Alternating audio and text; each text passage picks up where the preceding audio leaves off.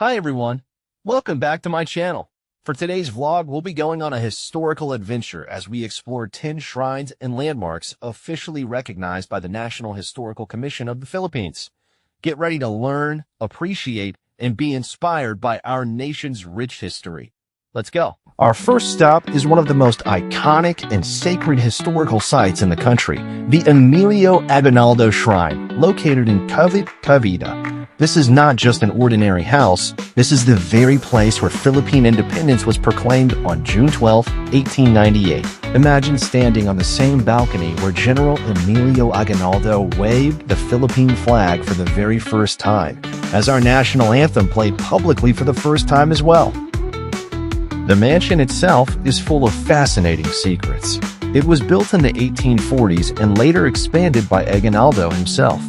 Inside, you'll find hidden passages, trapdoors, and secret escape routes, which Aguinaldo designed for safety during revolutionary times. The house is a beautiful blend of Filipino and Spanish colonial architecture, made from wood, with intricate carvings, cappy shell windows, and period furniture that give us a glimpse of life during that era. The shrine is now a museum, managed by the NHCP, and it contains personal belongings of Aguinaldo, war memorabilia, photographs, and even the bed where he passed away. Outside the house, there's a large park in the Aguinaldo tomb, where the former president is buried, along with his family.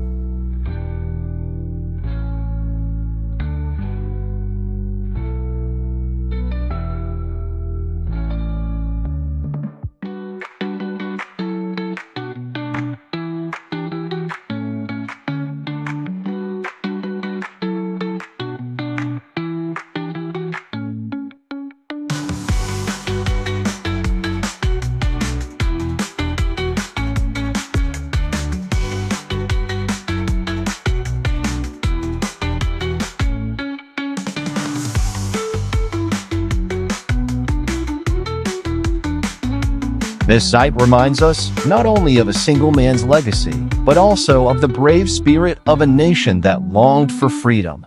It's truly a place every Filipino should visit at least once.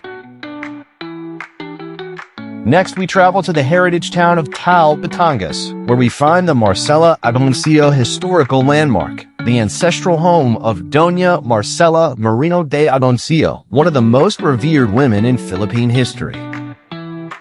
Marcela Agoncillo is best known as the mother of the Philippine flag. Together with her daughter Lorenza and a friend named Delfina Herbosametividor, the niece of Dr. Jose Rizal, she hand-sewed the very first official flag of the Philippines while in exile in Hong Kong. That same flag was the one unfurled during the proclamation of independence at the Emilio Aguinaldo Shrine.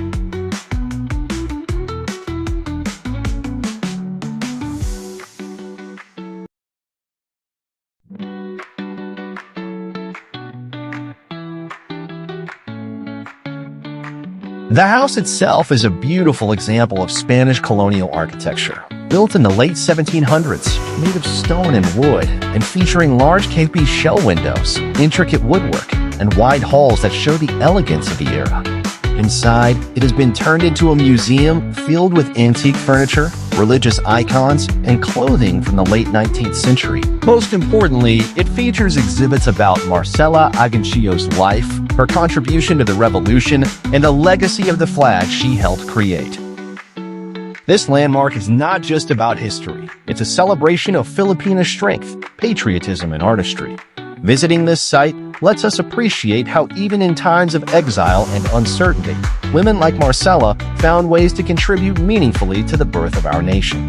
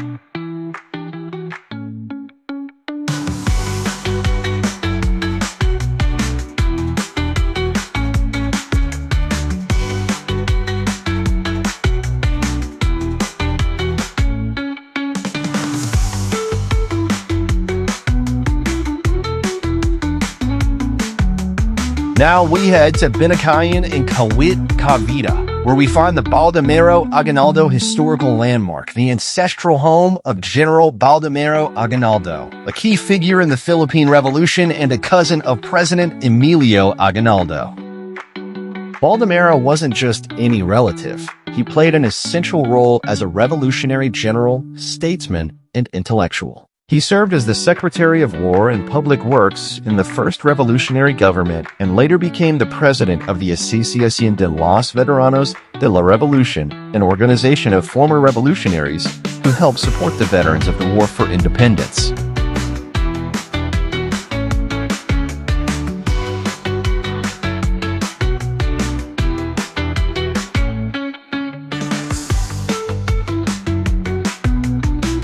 The house, declared a historical landmark by the NHCP, is a traditional Bahay Nabito, preserved to reflect the lifestyle of a well-off Filipino family in the late 1800s.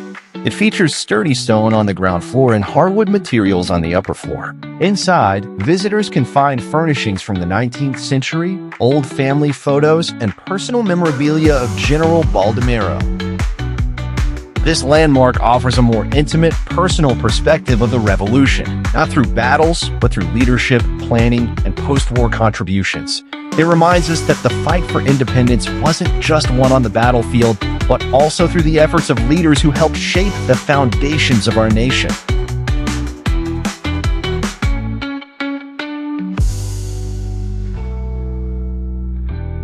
Our fourth destination takes us deep into the walled city of Intramuros, Manila, inside the historic Fort Santiago, home to the Rizal Shrine, one of the most significant landmarks in Philippine history.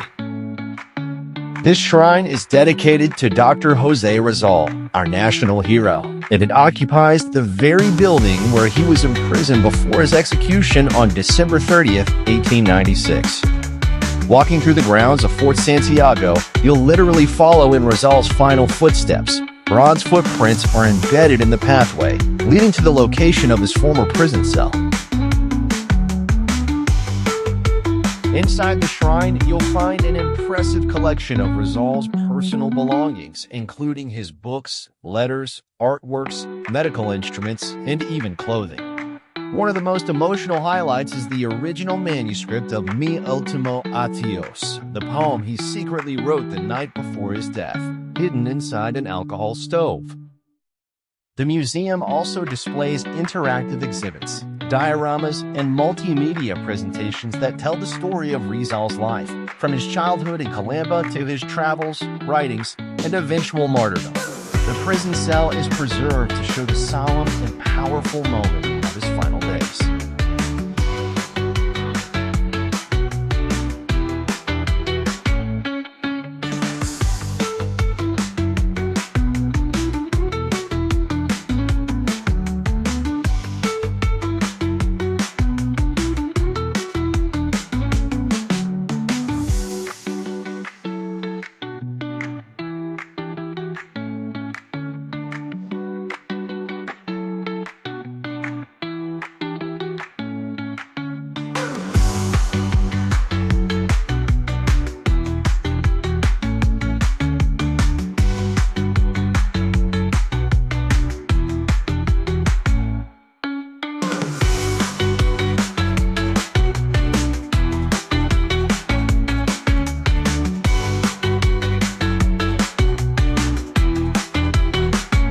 Visiting the Rizal Shrine isn't just a history lesson, it's an emotional journey.